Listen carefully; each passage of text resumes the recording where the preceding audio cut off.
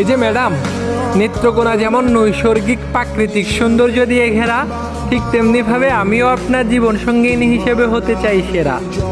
চন্দ্রডিঙ্গার ঝর্ণা দুটিতে আসলে যেমন মানুষের মনটা শীতল হয়ে যায়, ঠিক তেমনিভাবে আমিও আমার ভালোবাসায় আপনার মনটাকে শীতল করতে চাই।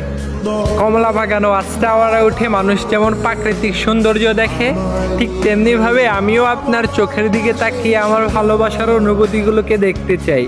হাওরের সৌন্দর্য দেখার জন্য যেমন মানুষ উচিতপুর মিনি কক্সবাজার রোডে নৌকায় করে ছুটে আসে, ঠিক তেমনিভাবে আমিও 7 সমুদ্র 13 নদী পাড়ি দিয়ে আপনার ভালোবাসার কাছে ছুটে আসতে চাই।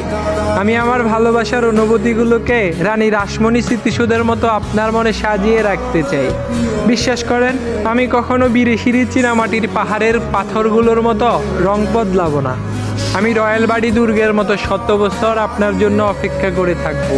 চেঙ্গি গ্রামের চেঙ্গি মেলাতে যেমন ভারত আর বাংলাদেশের মানুষের মিলন ঘটে, ঠিক তেমনিভাবে আমিও আমার মনের সাথে আপনার মনের মিলন ঘটাতে চাই।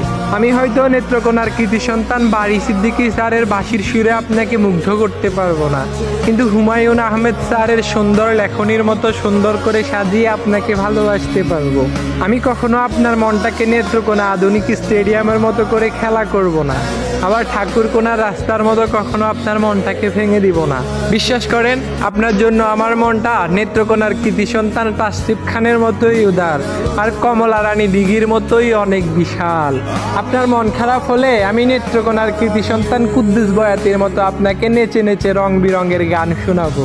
আপনাকে সাথে নিয়ে আমি ডিঙ্গাপোতা হাওরে বসে ওই দূর আকাশের তারা গুনতে চাই। পাহাড়, হাওড় আর সবুজের সমারোহে ঘেরা এই সুন্দর নেত্রকোনার মতো আপনিও আপনার সুন্দর মনটাকে দিয়ে আমাকে একটু ভালোবাসা দিয়ে আমি জীবনের শেষ দিন পর্যন্ত শুধু আপনাকে ভালোবেসে যেতে চাই।